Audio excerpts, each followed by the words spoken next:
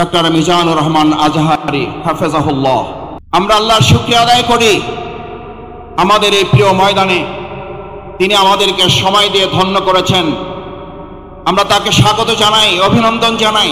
তার নানান ব্যস্ততার মধ্যে ওই পটুয়াখালীবাসীকে কোরআনের তাফসীর শুনিয়ে আমাদের অন্তরকে তিনি প্রশান্ত করবেন। আল্লাহ, এই মানুষটার উপরে বিগত 17 বছরে যারা জুলুম করেছে, এই মানুষটাকে যারা আমাদের দেশ ছাড়া করেছে, আল্লাহ আপনি তাদেরকে দেশ ছাড়া করিয়ে দেখিয়েছেন। এবার বাংলাদেশের মানুষ অপেক্ষমান আছে। আর যদি ভবিষ্যতে কোনো আলেমের সাথে বেয়াদবি করা হয়, আর যদি কোনো আলেমকে নিয়ে তথ্য এবং ইসলামকে নিয়ে যদি আর কেউ টানাহেস্র করেন, তাহলে তার জন্য তাকেও রক্ষা করতে হবে। এই আলহামদুলিল্লাহ, এই আল্লাহু আকবারের টান শুনলে আমাদের এই দক্ষিণবঙ্গের শুধু নয়, শুধু বাংলাদেশের নয়, গোটা পৃথিবী কোরআনের পাখি নামে খ্যাত। এই টানের সাথে একজন মানুষের কথা কি আমাদের মনে পড়ে না? পড়ে না। আল্লাহ, এই মাঠে তিনি ফিরতে চেয়েছিলেন, এই মাঠে তিনি আবার কোরআনের আওয়াজ নিয়ে আসতে চেয়েছিলেন। আল্লাহ, আমাদের সেই কোরআনের পাখি যেখানে যে অবস্থায় আছে, আপনি তাকে মেহেরবানি করে জান্নাতুল ফেরদাউসের মেহমান হিসেবে কবুল করুন। আল্লামা দেলোয়ার হোসেন সাঈদী রাহমাহুল্লাহকে আপনি শহীদ হিসেবে কবুল করুন। আল্লাহ, এই মাঠে আমাদের দেখা হলো না, মেহেরবানি করে কাল কিয়ামতের কঠিন ময়দানে আমাদের হিসাব নিকাশ সহজ করে জান্নাতুল ফেরদাউসে আপনি আমাদেরকে একত্রিত করে দেখা সাক্ষাতের ব্যবস্থা করে দিয়েন। সম্মানিত বন্ধুগণ, মুসল্লিয়ান ইকরাম, আমার মা এবং বোনেরা, ভিন্ন ধর্মাবলম্বীরাও বিভিন্ন জায়গা থেকে আমাদের এই আওয়াজ, আমাদের এই আলোচনা, আমাদের এই কোরআনের বাণী শুনছেন। আমরা আমাদের মা বোনদের ধন্যবাদ জানাই। অসম্ভব কষ্ট করে বিশাল এই তাফসীরুল কোরআন মাহফিল আপনারা হাজির হয়েছেন। আল্লাহ সুবহানাহু ওয়া তাআলা আমাদের মা বোনদের কবুল করুন। এই জন্য যে মা বোনদের আল্লাহ সুবহানাহু ওয়া তাআলা এর মর্যাদা দিয়েছেন। আমার শ্রদ্ধেয় প্রিন্সিপাল বলতেন, মাসুদ, আমাদেরকে আল্লাহ তাআলা রাসূল করিম সাল্লাল্লাহু আলাইহি ওয়াসাল্লামের মাধ্যমে সান্ত্বনা পুরস্কার দিয়েছেন। কি পুরস্কার? কি পুরস্কার? রাসূল করিম সাল্লাল্লাহু আলাইহি ওয়াসাল্লামের কাছে সাহাবায়ে ইজমাইন کرامগণ যখন জানতে চাইলেন, ইয়া রাসূলুল্লাহ, আমরা আল্লাহর পরে কার খেদমত করব, কার হক আদায় করব? রাসূল করিম সাল্লাল্লাহু আলাইহি ওয়াসাল্লাম বললেন, তোমার মা। তারপর কে? তোমার মা। তারপরে কে? তোমার মা। তারপরে সান্ত্বনা পুরস্কার পেলাম আমরা, তোমার বাবা। আল্লাহ সুবহানাহু ওয়া তাআলা আমাদের এই মা বোনদেরকে ধৈর্যের সাথে, কষ্টের সাথে আজকে এই তাফসীরুল কোরআন মাহফিল শুনে আমাদের প্রত্যেক ঘরে ঘরে একজন করে হযরত খাদিজাতুল কুবরা রাদিয়াল্লাহু তাআলা আনহা, হযরত আয়েশা সিদ্দিকা রাদিয়াল্লাহু তাআলা আনহা দান করুন। যে কথা আমরা আমাদের এই দুনিয়ার কথা শুনেছি, আমাকে একটা ভালো মা দাও। পরের লাইনটা কি?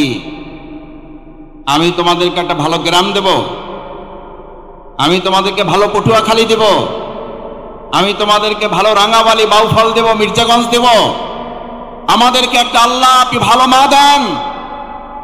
আমাদের এই মা এবং বোনের জাতি যারা এসছেন, বিগত 17 বছরে তাদের ইজ্জত এবং আব্রু নিয়ে যারা তালবাহানা করেছেন, ছিনিমিনি খেলেছেন, আরান খুলে শুনে রাখুন, আমাদের জীবন বাজিয়ে রাখবো। আমাদের মা বোনদের ইজ্জত নিয়ে ভবিষ্যতে আর কাউকে টালবাহানা করতে দেওয়া হবে না। কারণ আমাদেরকে জিজ্ঞেস করা হয়, ইসলামী রাষ্ট্রে আমাদের মা এবং বোনদের ইজ্জত, তাদের সম্মানের মাপকাঠি কি? আমরা সম্মান এবং মাপকাঠি বলি আমাদের মায়ের জাতি, তারা সম্মান এবং মর্যাদার উচ্চ মানে তারা থাকবেন। আলহামদুলিল্লাহ, প্রিয় নবী মুহাম্মদ রাসূলুল্লাহ নাই, রাসূল করিম সাল্লাম কৃপণ বলেছেন তাকে যে বাস ভাড়া দিতে পারে না। রাসূল করিম সাল্লাল্লাহু আলাইহি ওয়াসাল্লাম কৃপণ বলেছেন তাকে যে খেয়ে বিল দিতে পারে না। পৃথিবীর সেরা কৃপণ হচ্ছে সে যে রসুল করিম সাল্লাল্লাহু আলাইহি সাল্লামের নাম উচ্চারণ হয় কিন্তু হৃদয়ের সব শক্তি দিয়ে তার নাম উচ্চারণ করে দুরূদ পেশ করে না। একবার জোরে সরে বলুন রসুল করিম আলহামদুলিল্লাহ। কোরআনের এত বড় মাহফিলে এসেছেন, আবার কবে বেঁচে থাকবো, আবার কবে আসতে পারবো আমরা জানি না। সুতরাং এই কোরআনের মাহফিলকে সংরক্ষিত করার জন্য, এটাকে সুন্দর সফল সার্থক করার জন্য আমরা কি আইন শৃঙ্খলা বাহিনীর উপরে শুধু নির্ভর করব? আমরা কি শুধু স্বেচ্ছাসেবক ভাইদের উপরে নির্ভর করব? আল্লাহর উপরে ভরসা করে দায়িত্ব নিয়ে প্রত্যেকে স্বেচ্ছাসেবক হিসাবে 2024 সালের জুলাই আগস্টে যেমন সবচেয়ে মানুষ শয়তানদের মধ্যে বড়টাকে আমরা মোকাবেলা করে বিতাড়িত করেছি, আমাদের মাঝে সেজ ছোট নাবালক সব শয়তানগুলোকে মোকাবেলা করার জন্য আমরাও জীবন বাজি রেখে প্রস্তুত থাকব। সুতরাং এই বিশাল লক্ষ লক্ষ মুসলিম জনতার তাফসীর মাহফিলে যে যেখানে আছেন, আপনাকে শুধু সিসি ক্যামেরা আর এই বাংলাদেশের ক্যামেরাগুলো আপনাকে ফলো করছে না, আপনাকে ফলো করা হচ্ছে আরশে আজিম থেকে। হাজার হাজার লক্ষ লক্ষ ফেরেশতা এই সুন্দর মাহফিলকে বেষ্টন করে আছেন। আপনার প্রত্যেকটি কর্মকাণ্ড আরশে আজিমের ক্যামেরায় বন্দী করা হচ্ছে। আমি আশা করব আমাদের শ্রদ্ধেয় প্রধান অতিথি শেষ পর্যন্ত তার বক্তব্য অত্যন্ত শান্ত সুষ্ঠুভাবে ধৈর্য ধরে, আমরা কি শুনতে সবাই রাজি আছি? ইনশাআল্লাহ, ইনশাআল্লাহ। আল্লাহ আপনি হাতগুলো কবুল ও মঞ্জুর করেন। সম্মানিত ভাই এবং বন্ধুগণ, আল্লাহ সুবহানাহু ওয়া তাআলা বলেন, আউযু বিল্লাহি মিনাশ শাইতানির রাজীম, বিসমিল্লাহির রহমানির রহিম, ونزلنا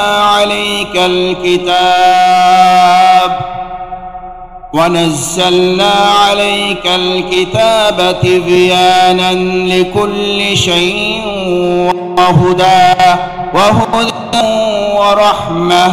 ورحمة وبشرى للمؤمنين। سبحان الله। আল্লাহ সুবহানাহু ওয়া তাআলা বললেন, ওয়ানাজ্জালনা আলাইকাল কিতাব, আমি আপনাদের কাছে, মানব জাতির কাছে, গোটা সভ্যতার কাছে মহাগ্রন্থ আল কোরআন নাজিল করেছি, এই কিতাব দিয়েছি। এই কিতাবের মাধ্যমে আমি শুধুমাত্র তোমাদেরকে নামাজ পড়ার বিধান দেই নাই, এই কিতাবের মাধ্যমে আমি তোমাদেরকে শুধুমাত্র রোজা রাখার বিধান দেইনি, এই কিতাবের মাধ্যমে আমি তোমাদেরকে শুধু যাকাতের বিধান দেইনি, তিবিয়ানান লিকুল্লি শাইইন, সমস্ত কিছু ছোট ছোট বিষয়গুলো আমি বর্ণনা করে একটা একটা করে পরিষ্কার করে তোমাদের সাথে তুলে ধরেছি, যাতে সংস্কারের তোমরা যতই আলোচনা করো, মূল সংস্কার কোরআনের বাইরে না ভিতরে, সংস্কার কোরআনের বাইরে না ভিতরে। সংস্কারের মূল সংস্কারক, পৃথিবীর সেরা সংস্কারক, পৃথিবীর সেরা মহাসংস্কারক আইনস্টাইন, নিউটন, রবীন্দ্রনাথ ঠাকুর, হরশ্চন্দ্র প্রসাদ, তার নাম বলেন একবার জোরে সরে সবাই। প্রিয় নবী মুহাম্মদুর রাসূলুল্লাহ সাল্লাল্লাহু আলাইহি সাল্লাম কিভাবে সংস্কার করেছেন? আগে রাষ্ট্র সংস্কার নাকি আগে ব্যক্তি সংস্কার? আগে রাষ্ট্র না ব্যক্তি? রাসূল করিম সাল্লাল্লাহু আলাইহি সাল্লাম আগে কি সোনার মদিনা করেছেন না সোনার মানুষ করেছেন? আল্লাহ রাসূল করিম সাল্লাল্লাহু আলাইহি ওয়াসাল্লাম সোনার মানুষ বানিয়েছেন আগে। আমরা আগে থেকে উপরটা দিক থেকে শুরু করতে চাই, আমরা আগে সোনার বাংলাদেশ চাই, আমরা সোনার বাংলা তৈরি করতে চাই, অথচ সোনার মানুষের কোনো খবর নাই। আমরা শুনতে পাই আমাদের স্লোগান তোলা হয়েছিল 7.5 কোটি মানুষের কম্বল, আমার কম্বলটা আমি পাইলাম না। তখন তারা ছিল কম্বলচোর, আর এখন তারা ডিজিটাল যুগে এসে তারা হয়েছে বাংলাদেশের সকল ব্যাংকগুলো ব্যাংকের চোর, তারা পরিণত হয়েছে। সম্মানিত ভাই এবং বন্ধুগণ, আল্লাহ তাআলা এই কোরআন নাজিল করে, কিতাব নাজিল করে আমাদেরকে জানালেন, তোমাদের জন্য 4টা সুসংবাদ দিচ্ছি। কয়টা? হুদা, এটা রোডম্যাপ দিয়ে দিলাম, সংস্কারের কর্মপন্থা তোমাদেরকে দিয়ে দিলাম। এমন হিদায়েত, যে হিদায়েতের মাধ্যমে হযরত ওমর ফারুক রাদিয়াল্লাহু তাআলা আনহুর মতো সেই সময়ের ইসলাম গ্রহণের আগের সবচেয়ে খারাপ মানুষটা এই মহাগ্রন্থ আল কোরআনের মাধ্যমে সবচেয়ে সুন্দর সোনার মানুষে পরিণত হয়েছে। সেই মহাগ্রন্থ আল কোরআন আমাদের মাঝে আছে না নাই? তাহলে আমরা আমাদের আজকের বাংলাদেশে যদি সোনার বাংলা করতে চাই, তাহলে আমরাও আমাদের এই কোরআনের আলোকে এই লোকগুলোকে সোনার মানুষে পরিণত করা যাবে, নাকি আমাদের মত দিয়ে মানুষের তৈরি করা তন্ত্র মন্ত্র দিয়ে তাদেরকে পরিবর্তন করা যাবে? যদি সোনার বাংলা করতে হয় তাহলে আল কোরআন দিয়ে করা যাবে, নাকি মানুষের তৈরি করা মতবাদ দিয়ে করা যাবে? যদি কোরআন দিয়ে করা যায় তাহলে সেই কোরআনের বাণী আজকে শুধু শুনবো না, সেই কোরআনের বাণী আমরা সংসদে পাঠাবার ব্যবস্থা করব ইনশাআল্লাহ। সম্মানিত মুসল্লিয়ানে কিরাম, ভাই এবং বোনেরা, আজ আমাদের প্রিয় মাতৃভূমি বাংলাদেশের যে সুন্দর পরিবেশ আমরা পেয়েছি, এই সুন্দর পরিবেশে আমাদেরকে এই কথা বলতে হবে যে আমরা এখন এই জগৎ এবং সময় পার করছি, সেখানে আমরা লক্ষ্য করছি আমাদের প্রিয় মাতৃভূমি বাংলাদেশ যারা হেদায়েতের সুন্দর রাস্তা পেয়েছে, তাদের প্রথম কথা হচ্ছে লা তাখশা ইল্লাল্লাহ, আর এক আল্লাহ ছাড়া আর কাউকে ভয় করি না। আল্লাহ ছাড়া এক যারা আর কাউকে ভয় করে না। পার্শ্ববর্তী কোনো একটা রাষ্ট্র যদি সেই ব্যক্তিদেরকে, এক আল্লাহ ছাড়া যারা ভয় করে না, সেই ব্যক্তিদেরকে যদি বলা হয় তোমাদেরকে আলু, ডাল, পেঁয়াজ, বনু, কাঁচা মরিচ করে তোমাদেরকে আমরা নতজানু করতে চাই, তাহলে ভালো করে কান খুলে শুনে রাখো, আমাদের এই বাংলাদেশের ইসলাম প্রিয় এবং দেশপ্রেমিকের নেতৃত্ব ফাঁসির মঞ্চে দাঁড়িয়েছে, তোমাদের কাছে মাথা নত করে নাই, হাসি মুখে জীবন দিয়েছে। আমরাও জীবন দেব, 1 ইঞ্চি মাটি কারো হাতে আমরা বিক্রি করব না।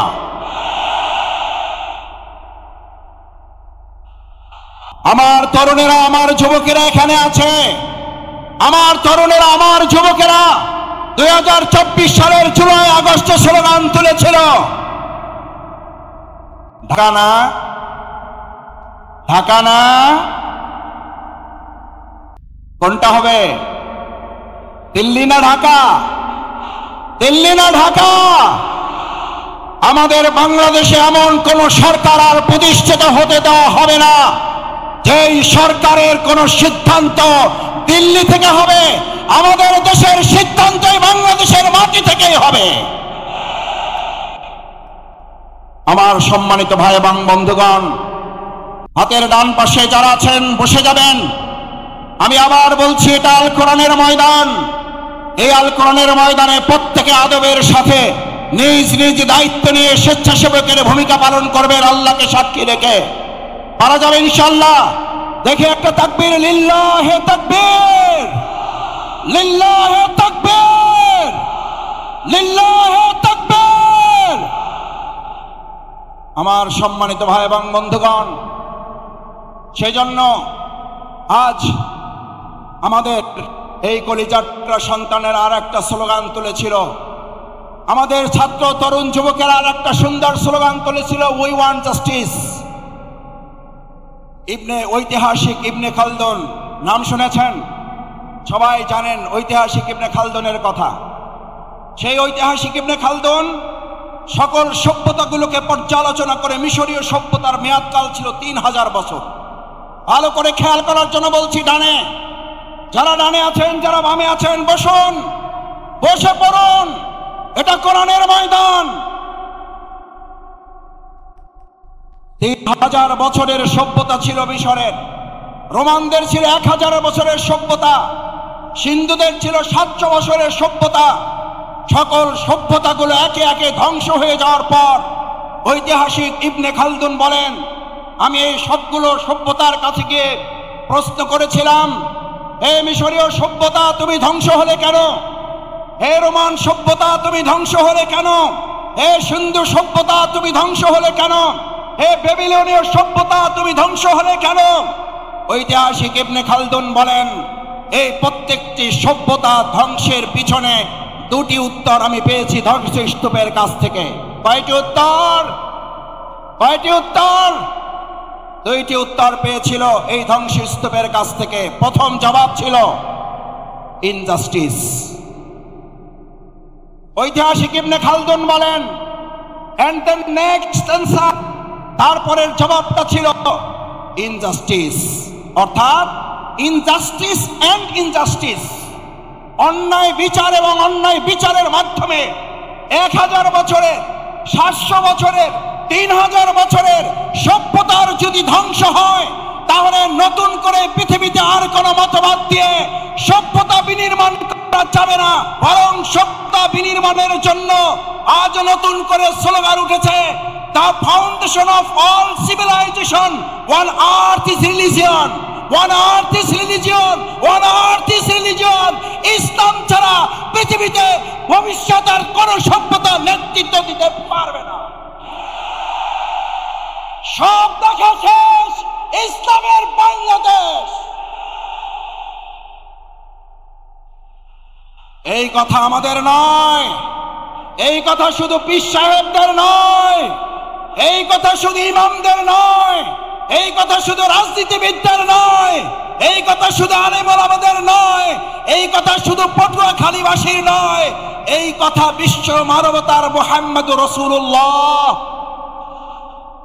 এরকম হাত জাগিয়েছেন রাসূল করিম সাল্লাল্লাহু আলাইহি ওয়াসাল্লাম, আনা সাহাতু কাতাইন, এই যে আমার দুটো আঙ্গুল দেখতে পাচ্ছ, আল্লাহ রাসূল করিম সাল্লাল্লাহু আলাইহি ওয়াসাল্লাম বললেন, দুটো আঙ্গুল দেখো ভালো করে, আনা সাহাতু কাতাইন, এটা আমি, এটা কিয়ামত, আমি এবং কিয়ামত, আমি এসেছি, কিয়ামত শুরু হয়েছে। এই জামানায় এই সভ্যতার সামনে ইসলাম ছাড়া আর এমন কোন আদর্শ নাই যে আদর্শ দিয়ে মানুষের মুক্তি পাওয়া সম্ভব।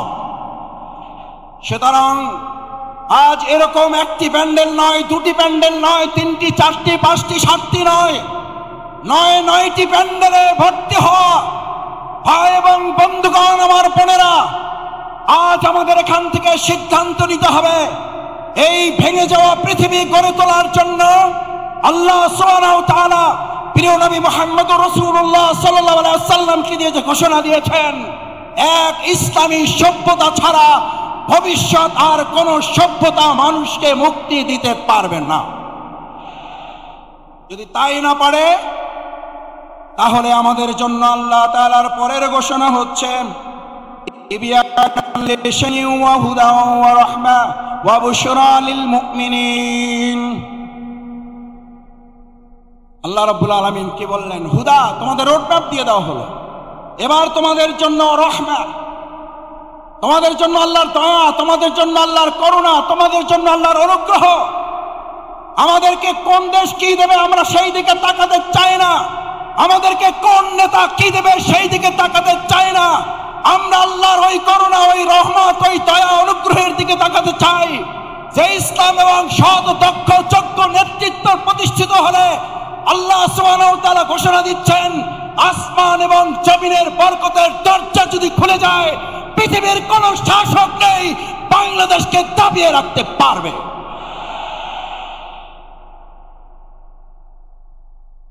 আমরা সেই রহমতের দরজা খুলতে চাই। সেই রহমতের দরজা শফিকুল ইসলাম মাসুদের হাতে নেই, সেই রহমতের দরজা ডাক্তার শফিকুর রহমানের হাতে নেই, সেই রহমতের দরজা বাংলাদেশের কোন রাজনৈতিক নেতার হাতে নেই। একবার হৃদয় উজাড় করে আর একবার জমিন কাঁপিয়ে সেই আল্লাহর নাম উচ্চারণ করো মুসলিমরা, কে? তিনি কে? তিনি কে?